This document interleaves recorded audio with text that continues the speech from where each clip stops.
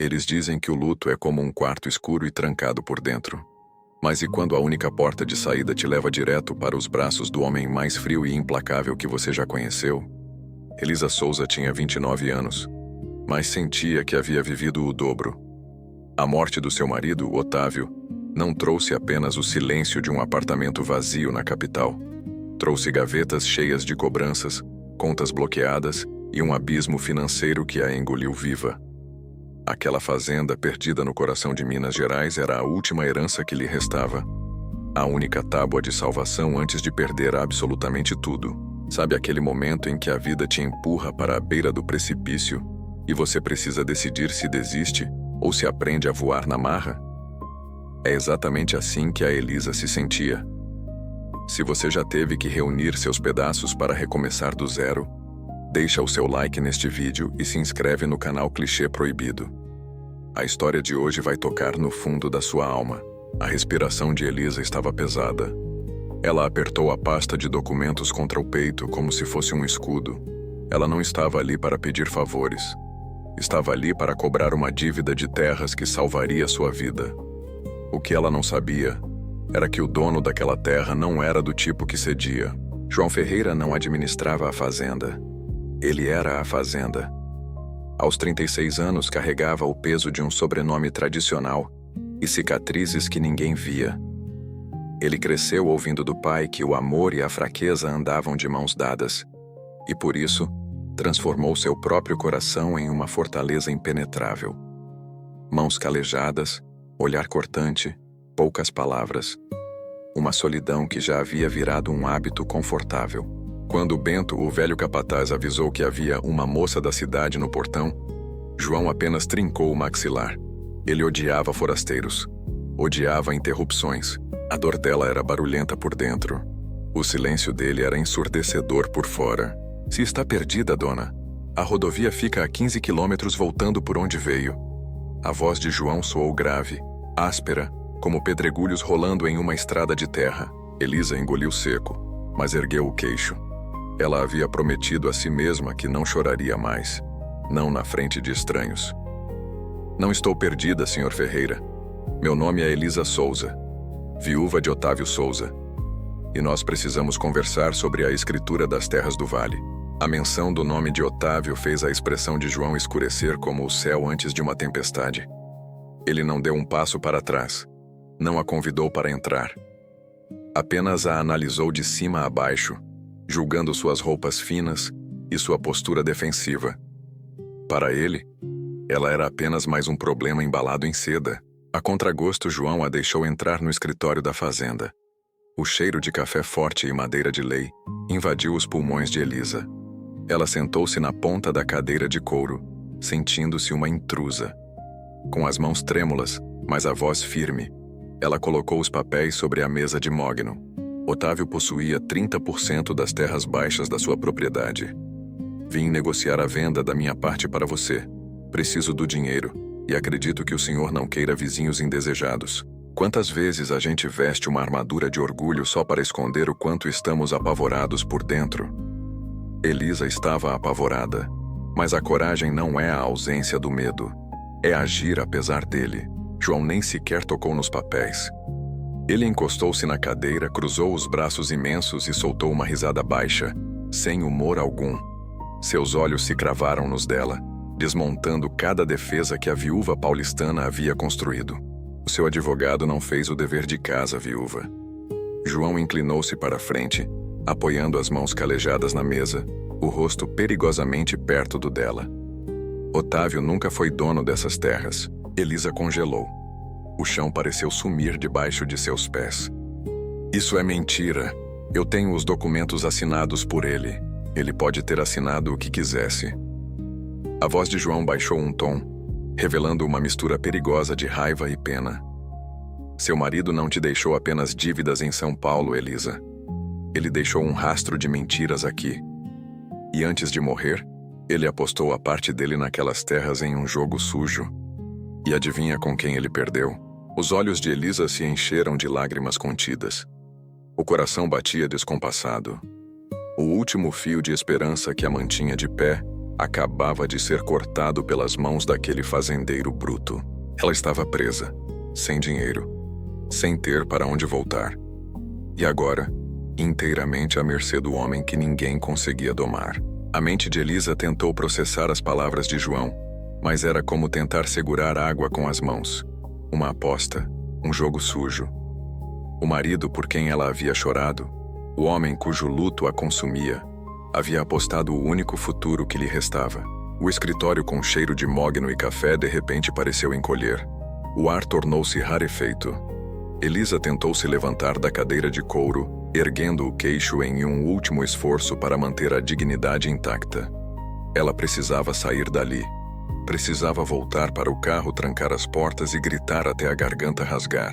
Mas o corpo humano tem um limite para a dor, e o de Elisa havia acabado de ser ultrapassado. Foram dias comendo mal, noites sem dormir e uma viagem exaustiva, tudo culminando naquela rejeição brutal. João, que observava a cena com a postura rígida de um predador, moveu-se por puro instinto. O homem que se recusava a demonstrar qualquer compaixão cruzou a sala em uma fração de segundo, amparando o corpo frágil de Elisa antes que ela atingisse o assoalho de madeira. Quantas vezes a gente exige que o nosso corpo seja forte, quando na verdade a nossa alma já está em pedaços pedindo socorro? Se você já sentiu o peso do mundo nas costas e teve que desabar para conseguir recomeçar, deixa o seu like aqui embaixo e se inscreve no canal. Essa jornada de cura da Elisa está só começando. Com a viúva inconsciente nos braços, João sentiu algo que há muito tempo não experimentava: hesitação. Ela era tão leve que parecia feita de ar e tristeza.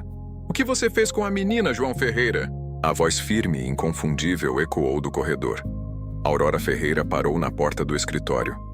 Aos 60 anos, a matriarca da fazenda tinha cabelos grisalhos impecavelmente presos e olhos que enxergavam muito além das aparências. Ela conhecia a dureza do filho, sabia da armadura que ele vestia, mas não tolerava injustiças debaixo do seu teto. "Eu não fiz nada, mãe." Ela simplesmente apagou. A voz de João soou defensiva, os músculos dos braços tensos enquanto segurava Elisa. "Ela precisa de um médico na cidade. Vou colocar no carro e..." "Você não vai colocar ninguém em carro nenhum." Aurora o interrompeu, o tom não admitia réplicas. "Leve a moça para o quarto de hóspedes agora. Essa menina está gelada e cheirando a exaustão." Contrariado, mas incapaz de desobedecer à mãe, João carregou Elisa escada acima. Cada degrau parecia pesar 1 tonelada, não pelo corpo que ele carregava, mas pelo que ela representava. O caos invadindo sua vida milimetricamente controlada. Ele a deitou na cama ampla, observando por um segundo a mais do que deveria o rosto sereno e pálido dela contra os travesseiros brancos. Era perigoso. Ela era perigosa. Quando Elisa finalmente abriu os olhos, não estava no frio de São Paulo nem na estrada poeirenta. Estava envolta no cheiro reconfortante de lençóis limpos e lavanda. A luz suave da luminária iluminava o rosto gentil, porém severo, de Aurora, que segurava uma xícara de chá fumegante. "Beba devagar, filha", disse Aurora, a voz soando como um abraço que Elisa não recebia há meses. "Você está segura agora." Ainda um pouco tonta, Elisa aceitou o chá.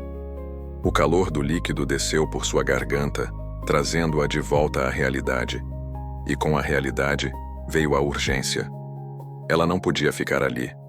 Estava na casa do homem que a desprezava, o homem que detinha a prova da traição final do seu falecido marido. Enquanto tentava reunir forças para se levantar, vozes abafadas vieram do corredor. A porta estava entreaberta. "Assim que ela conseguir ficar de pé, vou mandar o Bento levá-la até a rodoviária, mãe. Ela não pertence a este lugar. O marido dela era um canalha, e eu não quero o resto dos Souza chafurdando na minha terra." Elisa prendeu a respiração. As palavras de João eram como chicotadas. "Você está cego pelo seu próprio orgulho, João." Aurora rebateu, a voz carregada de decepção. "O marido era um canalha, sim. Mas olhe para ela. Aquela menina é tão vítima do Otávio quanto nós fomos. Você a expulsa hoje à noite e estará sendo pior do que o homem que te roubou no passado." Família é aquele lugar onde nossas maiores fraquezas são expostas, não é? A mãe do João sabe exatamente onde tocar. O orgulho dele é só um escudo para não se machucar de novo. Comenta aqui se você acha que o João está sendo cruel ou apenas se protegendo. Elisa não aguentou ouvir mais nada. Movida por uma mistura de vergonha e fúria, ela se levantou, ajeitou as roupas amassadas e caminhou até a porta, abrindo-a de supetão. João e Aurora a encararam, surpresos. Eu não preciso da sua caridade, Sr. Ferreira. A voz de Elisa tremia, mas seus olhos queimavam. E muito menos que sinta pena de mim. Eu vou embora agora mesmo. Ela virou-se bruscamente para pegar sua bolsa na poltrona, mas, no movimento apressado, a bolsa escorregou de suas mãos. Os pertences se espalharam pelo tapete. Batons, chaves, carteira e um pequeno envelope pardo, selado, que Otávio havia deixado em um cofre antes de morrer. Aurora olhou para o chão e seu rosto perdeu toda a cor. Ela reconheceu o selo de cera vermelha instantaneamente. Onde você conseguiu isso, Elisa? Aurora sussurrou, a voz subitamente frágil. João olhou para o envelope e, em seguida, para a mãe. O clima no corredor mudou de tensão para puro choque. Aquele envelope não era sobre dívidas de jogo. Era algo muito pior. O silêncio no corredor do casarão tornou-se absoluto. Era o tipo de silêncio que antecede as piores tempestades. Aurora se abaixou lentamente, pegando o envelope pardo com o selo de cera vermelha rompido. Suas mãos, normalmente tão firmes na administração daquela casa, tremiam. João deu um passo à frente, a impaciência nublando sua visão. É só mais uma mentira, mãe, me dê isso aqui. Mas Aurora recuou, tirando o papel dobrado do interior do envelope. Os olhos da matriarca percorreram as linhas datilografadas, e a cada palavra, a respiração dela ficava mais superficial. O documento tinha o carimbo do antigo cartório de registro da cidade. Um carimbo que não era usado há mais de 10 anos. Não é sobre as terras baixas, João. A voz de Aurora soou quase como um sussurro fantasmagórico. Ela ergueu os olhos para Elisa, com uma mistura de choque e respeito recém-descoberto. Há 5 anos, quando seu tio afundou a parte dele da herança em dívidas, nós achamos que ele tinha vendido a ala leste do casarão para um banco de São Paulo. Mas não foi para um banco. O mundo de João parou. Ele arrancou o papel das mãos da mãe. Seus olhos escuros e ferozes devoraram o texto, procurando a brecha, o erro, a fraude. Mas a assinatura de Otávio Souza estava lá, ao lado da do antigo tabelião. Otávio não apenas tinha feito apostas com as terras. Ele, silenciosamente, havia comprado 20% do próprio teto que cobria a cabeça da família Ferreira. A vida tem um jeito muito irônico de virar o jogo, não é? Em um minuto você é a visita indesejada. No outro, você descobre que tem as chaves da casa. Se você já passou por uma reviravolta dessas, onde o universo te deu a resposta exata que você precisava na hora do desespero, comenta aqui embaixo. O jogo virou. E aproveita para deixar aquele like. Elisa, que até um minuto atrás estava pronta para fugir para a chuva, sentiu o sangue voltar ao rosto. A vergonha deu lugar a uma faísca de algo que ela havia esquecido como se sentia.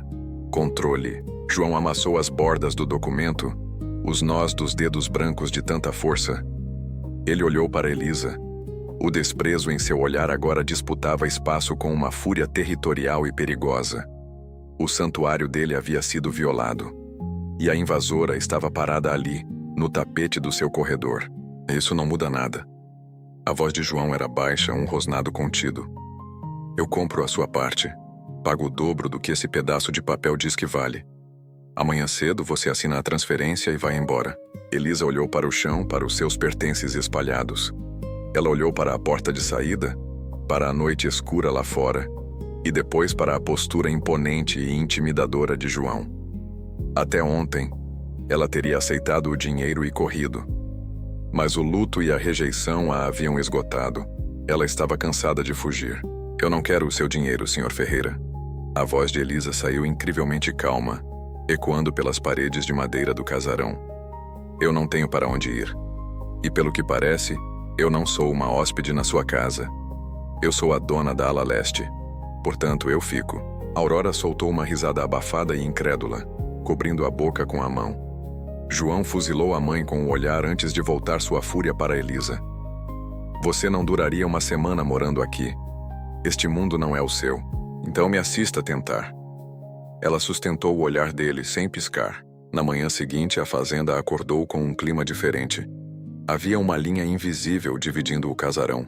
A ala leste, com seus móveis cobertos de poeira e cortinas pesadas, agora era o domínio de Elisa. A convivência transformou-se em um jogo silencioso e enlouquecedor. Eles se cruzavam na cozinha para o café da manhã. O cheiro do perfume floral e sofisticado de Elisa misturava-se ao aroma de café forte e couro que João sempre carregava. Eles não trocavam palavras. Apenas olhares carregados de eletricidade, desconfiança e algo mais que nenhum dos dois queria nomear. João saía para a lavoura antes do sol nascer, forçando seu corpo ao limite para não pensar no fato de que, a poucos metros do seu quarto, dormia a mulher que virou seu mundo de cabeça para baixo. Elisa, por sua vez, passava os dias limpando e organizando seu novo espaço, tentando arrancar o cheiro de abandono do lugar e de si mesma. Foi na terceira noite que a estrutura de João finalmente cedeu.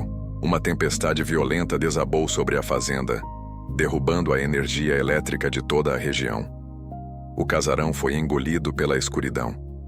João, segurando um lampião a querosene, caminhava pelo corredor para verificar as janelas quando ouviu um som que o paralisou.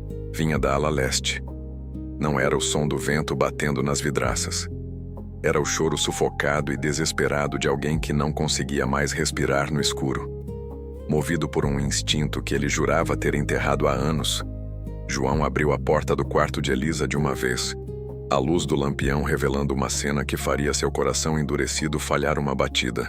A escuridão do casarão era densa, mas não era o breu que aterrorizava Elisa. Era o barulho. Lá fora, a tempestade castigava as janelas da ala leste com uma fúria brutal. O vento uivava pelas frestas da madeira antiga, e a cada trovão que rasgava o céu de Minas Gerais, a mente de Elisa não estava mais na fazenda.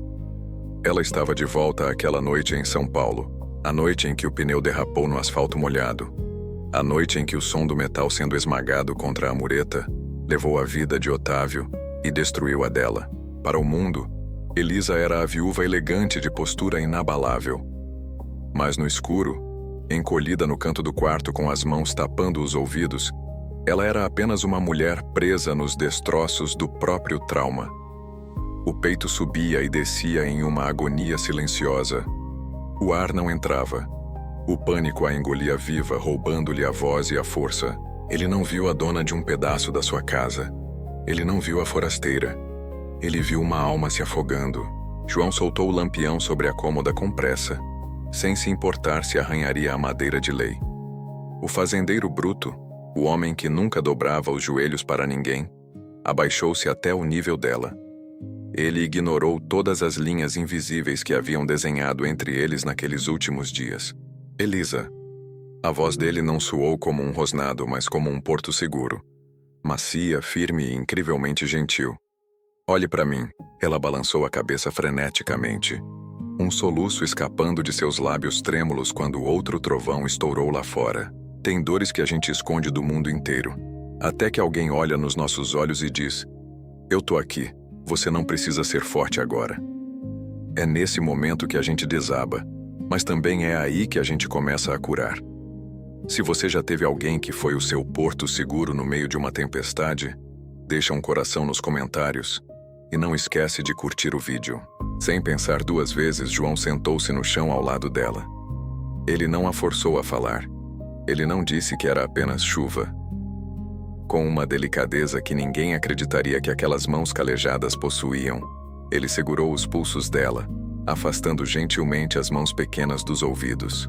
Respira comigo, ele pediu, puxando-a para perto até que a cabeça dela encostasse em seu peito largo. Ouve o meu coração, ele está batendo devagar. Você está segura? Eu não vou deixar nada acontecer com você. Elisa fechou os olhos, as lágrimas finalmente escorrendo soltas. O cheiro de chuva, café e masculinidade de João a envolveu como um cobertor quente. Pela primeira vez em meses, ela parou de lutar para sobreviver. Ela apenas se permitiu ser cuidada. O tempo perdeu o sentido.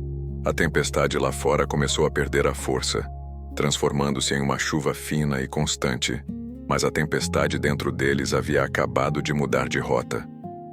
A respiração de Elisa se acalmou, sincronizando-se com o batimento forte e constante do peito de João. Eles continuaram ali sentados no chão frio, envolvidos pela meia luz do lampião. João alisava o cabelo dela de forma mecânica e protetora, o queixo apoiado no topo da cabeça de Elisa. O silêncio que antes era carregado de ódio e desconfiança, agora era íntimo. Eletrizante. Elisa ergueu o rosto levemente. A proximidade era perigosa. Os lábios dela estavam a milímetros do pescoço dele. João baixou o olhar, e a intensidade nos olhos escuros do fazendeiro fez o estômago de Elisa revirar. Não era pena. Era um desejo profundo e contido, uma necessidade latejante de protegê-la que ele mesmo não conseguia mais negar. Ele levou a mão ao rosto dela, o polegar enxugando o rastro de uma lágrima esquecida. Eles estavam a um suspiro de cruzar a última linha que os separava, mas antes que qualquer um dos dois pudesse ceder ao que estava prestes a acontecer, o som agudo de pneus derrapando no cascalho do pátio cortou a noite. Segundos depois, uma batida estrondosa ecoou pela porta da frente do casarão. Alguém esmurrava a porta principal com desespero. João e Elisa se separaram abruptamente, a realidade invadindo o quarto. João se levantou, os músculos tensos novamente. Ele caminhou até a janela e afastou a cortina pesada. Sob a luz fraca do poste da rua, o rosto dele empalideceu. Não era uma visita de rotina. O passado havia acabado de estacionar na porta da fazenda. A porta principal do casarão tremeu sob as batidas pesadas. João, com os músculos do maxilar travados, abriu a pesada folha de madeira. Na varanda, 2 homens de ternos caros, agora sujos de lama, destoavam completamente da paisagem rústica. Não eram advogados amigáveis. Eram os verdadeiros credores de Otávio. Sabemos que a viúva Souza está aqui. O mais alto falou, a voz carregada de ameaça velada. E sabemos do documento. O marido dela nos devia milhões. Se ela é dona de 20% dessa fazenda, nós viemos buscar a nossa parte. Elisa, escondida no topo da escada, sentiu o ar sumir de seus pulmões. O pesadelo a havia alcançado. Ela trouxe o caos de São Paulo para dentro do único lugar que a acolheu. Vocês cometeram um erro gravíssimo. A voz de João era baixa, mas cortava o ar como uma lâmina fria. Vocês acharam que eu sou o tipo de homem que entrega o que é dele. Voltem para o carro.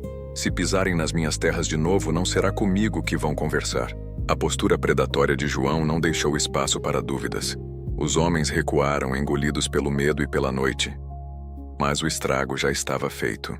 O silêncio que se seguiu à partida do carro foi ensurdecedor. Elisa voltou para o quarto da ala leste, o coração em pedaços. João havia comprado uma briga que não era dele. A fazenda, o legado da família Ferreira, a paz de Aurora.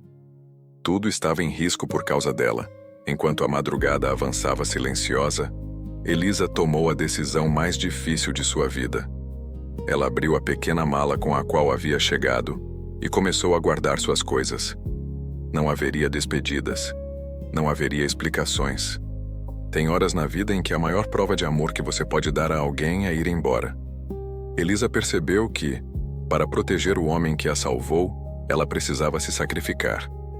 Se você já abriu mão de algo que queria muito só para ver o outro bem, digita verdade aqui nos comentários. Amar também é proteger.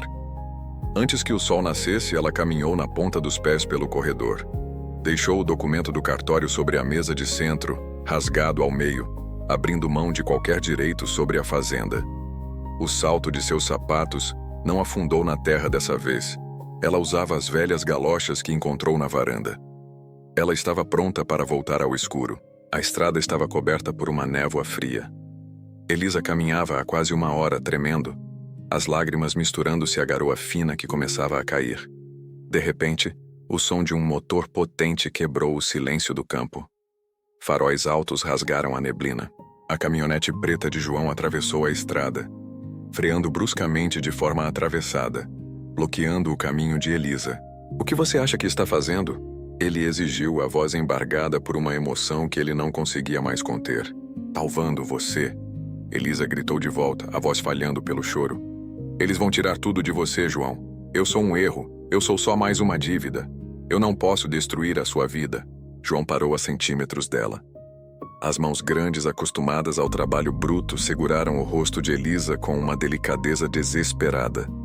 Os olhos escuros dele, sempre tão frios, agora transbordavam de urgência. Você não entende, não é? Ele sussurrou, a testa encostando na dela. Eu passei a minha vida inteira erguendo muros, tentando não precisar de ninguém. Eu preferia a solidão porque ela não machuca. Mas aí você chegou e virou a minha casa de cabeça para baixo.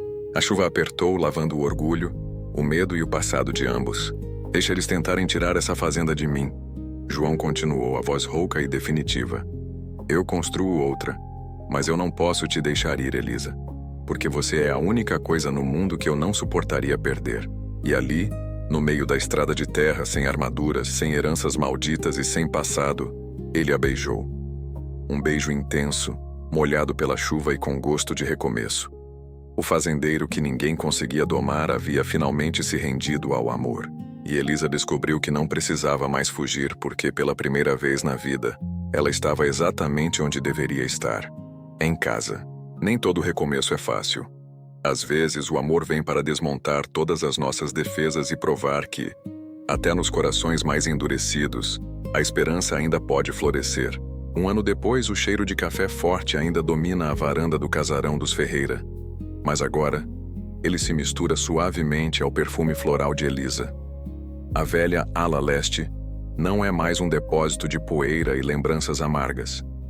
Ela se transformou em um escritório iluminado, de onde Elisa, usando seus contatos de São Paulo, agora gerencia a nova e luxuosa linha de exportação dos grãos da fazenda.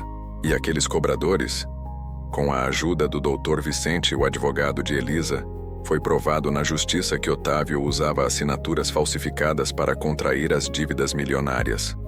A chantagem caiu por terra e a paz finalmente voltou a reinar no interior de Minas. João não perdeu a sua essência. Ele ainda é o homem imponente que acorda antes do sol e tem as mãos calejadas pelo trabalho na terra, mas aquela armadura de gelo e silêncio derreteu. Agora, quando ele volta do campo no fim da tarde, com as botas sujas de terra vermelha, a primeira coisa que seu olhar procura é a mulher que não fugiu da tempestade. E Dona Aurora? Bem, a matriarca nunca escondeu o sorriso por ter sido a única a prever que aquele embate terminaria no altar da capela local. Você achou mesmo que eu ia te deixar ir embora sem saber como eles ficaram? Eu sei bem que quem acompanha o clichê proibido adora a atenção e o drama, mas o nosso coração também precisa dessa paz no final, não é verdade? A grande verdade é que o amor não é sobre encontrar alguém que já vem pronto e sem falhas. É sobre encontrar alguém que decide ficar e não soltar a sua mão, exatamente no momento em que o seu mundo inteiro desaba. O João precisava aprender a ser vulnerável, e a Elisa precisava de um lugar seguro para voltar a ser forte. Eles se curaram juntos. Se essa história te arrepiou, se te fez suspirar e trouxe aquele aperto bom no peito, prova isso deixando o seu like agora mesmo. Eu quero muito saber a sua opinião. Você teria a coragem da Elisa de bater de frente com o temperamento do João logo no primeiro dia? Deixe a sua resposta aqui nos comentários, eu vou ler todos. E não para por aqui. Se você ama romances intensos, cheios de atrito, paixão e reviravoltas, clica nesse vídeo que está aparecendo na sua tela. A próxima história vai testar os limites do seu coração. Muito obrigado por me acompanhar até aqui, um abraço e até a próxima história.